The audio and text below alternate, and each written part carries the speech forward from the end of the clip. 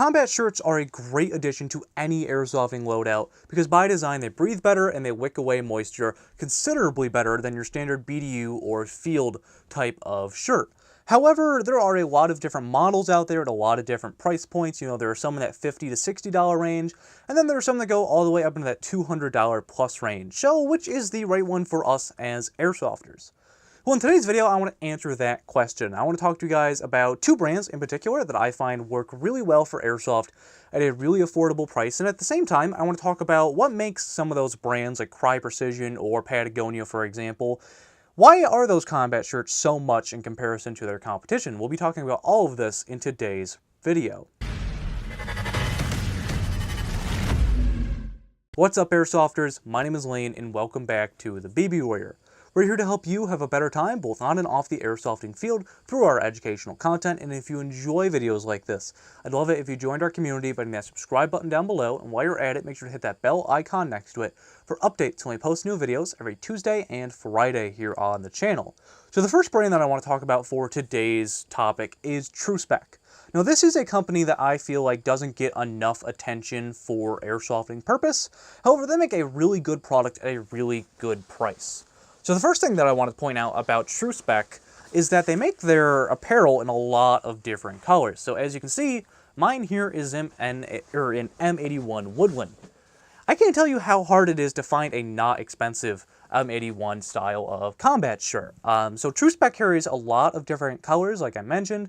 If you want UCP, Woodland, I think they even make tiger stripe combat shirts, pretty much all of the multicam family of patterns. So Tru-Spec does a lot. Now, if you're one of those, you know, GMR special snowflake type folks who like AusCam or whatever, Austrian PDOT, well, they don't make anything like that. But for a lot of the US style of patterns, those are available. So the Tru-Spec BDUs are based pretty heavily off of like the ACU style of cut that you'd find on like a typical BDU, however with the added benefit of being a combat shirt. So you are going to have, you know, the big square pockets on the shoulders, you're going to have pen holders as you go further down the sleeve, and something that I do like about the Tru-Spec combat shirts is they have a really good size collar, I guess you could say. If you don't have a big enough collar, things like body armor, so plate carriers, chest rigs, or slings even, can rub up against the side of your neck, and that is pretty uncomfortable, especially on a hot summer day when you're sweating like crazy. That's going to lead to it chafing, and it could get infected over time, so that's just a big no-no. So on the Tru-Spec combat shirt, you know, it's nice and large enough that if I want to have it upright like this, or if I want to have it downwards like the shirt that I'm wearing now, both of those are a possibility depending on what I want. So if I want a little bit more breathability, I can do that, but if I want it up, if it's colder, or just, you know, between my plate carrier, my chest rig, my sling, it's just irritating, those are all options. And again, for the amount of value that these combat shirts present, they're not very expensive, which is something that I always look for in a combat shirt, because like you guys, I have a budget for my kit as well. So if I'm looking to get into something new, like for example, I'm looking to get into a multicam black kit, well, Tru-Spec is probably going to be the brand that I go with for the BDUs, because, you know, it's a really affordable product and it is perfect for our usage as airsofters. Now, if you're in any sort of duty capacity, whether it be, you know, law enforcement or military, well, you shouldn't be taking the advice of an airsofter to begin with, but if you're in any sort of actual capacity where you're facing any sort of actual threat, don't listen to my advice in this video. We'll talk a little bit more about that at the end of the video. So the next brand that I think works really well for airsofters, however, it's not my personal favorite, I think that Tru-Spec is the best value, is LBX. So LBX is a offshoot company of LBT. It provides non-Berry compliant products for, you know, like law enforcement or airsofting communities, which is something that I like about LBX is that they do support airsoft players. They support the industry. They're a huge partner of American Milsim, so I really do appreciate that. So this is my LBX combat shirt in multicam. I can't think for the moment. And as you can tell, these sleeves have been cut off. We'll talk more about that in a second. But LBX is neat because they make a couple of their own patterns, but they also make, you know, more of the traditional patterns. So they offer M81 as well. However, they also offer multicam black, Ranger green. They used to make a tan uniform. I don't think that they do anymore. So again, this is a non-Berry compliant product, but so is the Tru-Spec. Neither of these products are made out of American materials in America. However, there is a big complaint that I have about the LBX combat shirts, and that is inconsistency. So LBX currently has two lines of combat shirt. Their first generation, like I have here, I picked this up about, 2 years ago or so, which, it still features the big square pockets on here. However, it does have an additional zippered pocket behind it, which I appreciate. They also have a Gen 2 uniform, and the Gen 2 fixes a lot of the major complaints with the Gen 1 uniform. One of the biggest complaints about the Gen 1 uniform is that the sleeves are really, really tight, to the point where someone like me, who has noodle arms, can't even roll up the sleeves, which if you've seen any of my loadout videos, that's almost something that I always do. While it is a kind of minor feature, it's a real big annoyance, especially on a hot summer day. So that's one of my biggest complaints with LBX, is that not all of their uniforms are into the Gen 2 cut yet.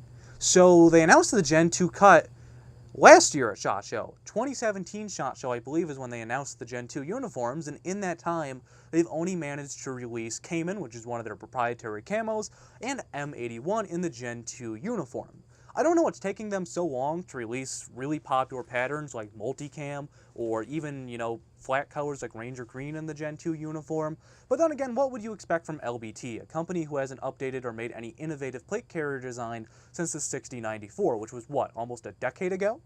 So that's one of the biggest complaints that I have against LBX. The other thing is, it's priced really high. The LBX combat shirts are about $70 to $90 if I remember correctly, and for that price you would be significantly better off either buying a Tru-Spec combat shirt and saving yourself $30–40, or spending another $20–30 and buying a used Crye G3 shirt or an AC shirt off of eBay, which is going to be significantly better quality than either of the products I've talked about today for not that much more money compared to the LBX. So those are my biggest complaints about LBX. If they ever do update all of their patterns into the Gen 2 uniforms, I'd love to take a look at them, but the fact that it's taken them over a year and a half to only release 2 patterns, and every once in a while they tease new ones but never come out with it, that's one of my biggest complaints about LBX. So finally, why don't we talk about some of the more higher-end combat shirts that exist out there, and talk about why they are so expensive. So the 2 brands I'm going to mention particularly for this video are Crye and Patagonia, because those are the 2 high-end companies that I personally have the most experience with. So part of the reason why Crye and Patagonia stuff costs so much, because I have a lot of people ask me that, like, why does this Crye and Patagonia stuff cost a whole lot more than Tru-Spec or LBX or whatever I'm using as an airsofter? The reason why that it costs more is, one, they're 100% Berry compliant, so they're made here in the US. Now, while that isn't a deal breaker for a lot of people, for some people it is. Some people like having stuff solely made in America by Americans. The other thing is that they are flame resistant. So this isn't important for airsoft at all, which is why I typically don't recommend buying these higher brands unless you're going for an impression, or you just want the Gucciest of all kits out there on the BB Wars field. However, the flame resistant material is significantly more expensive than what they're going to use for, like LBX or Tru-Spec. The actual torso of the shirt is probably one of the biggest parts that I want to talk about. For a company like Crye or Patagonia, they use a material called motocrylic. However, it's a material that doesn't melt to your skin, which again, that doesn't matter for airsofters. However, if an IED goes off next to you, you don't want your shirt literally melting to your skin. So that's why those brands cost so much. They're made for a very specific purpose, and again, if you're using this for any sort of duty purposes, you're going to want to be going with one of those nicer brands. These cheaper brands, like 511, which we're not going to talk about in today's video, I don't have an example for you guys, Tru-Spec or LBX, those are going to melt to your skin, and that's going to be a really unfortunate time for you. However, that is why those brands cost so much. Are they a better quality? Absolutely. Even without the flame-resistant components, they are a better quality. So if you want to go out and spend the extra money on a Crye combat shirt or a Patagonia, that's all on you. If that's what you want, go ahead and buy it. However, my suggestion, if you're looking for something for a price to quality, having a low price but a high quality, the best recommendation for airsoft, in my opinion, is Tru-Spec. So I want to know, what type of combat shirts do you guys like to run? Make sure to let me know down in those comments below. I would definitely love to hear what you guys are running, and maybe I'll do a more in-depth combat shirt comparison between a few brands down the road. I will be doing a version of this video on combat pants coming down the road. I'll be comparing some of the higher end ones, because I believe that combat pants are significantly more important than the combat shirt, because they're going to be taking more wear and tear. So I will be getting a new set of combat pants in to replace my Crye G3s now that the price has gone up, but that should be an interesting video to do. But that's going to do it for today's video, guys. If you enjoyed the video and this was your first time here, I'd love it if you joined our community by hitting that subscribe button down below, and while you're at it, make sure to hit that bell icon next to it for updates when we post new videos every Tuesday and Friday here on the channel. Make sure to check me out on social media. Links will be down in the description below, as well as where you can pick up the BB Warrior patch. So these help me to get better quality content, I can't talk today, excuse me guys. It helps me get better quality equipment to make better, higher quality videos for you guys. So things like the lighting, the background, that's all funded by the patches that we sell here on the channel. So it does help me out if you pick them up. Again, there's a link down in the description below to where you can check those out. Well, this has been Lane from the BB Warrior talking about combat shirts for Airsoft and what I look for in a combat shirt for our hobby. And I'll see you all next time.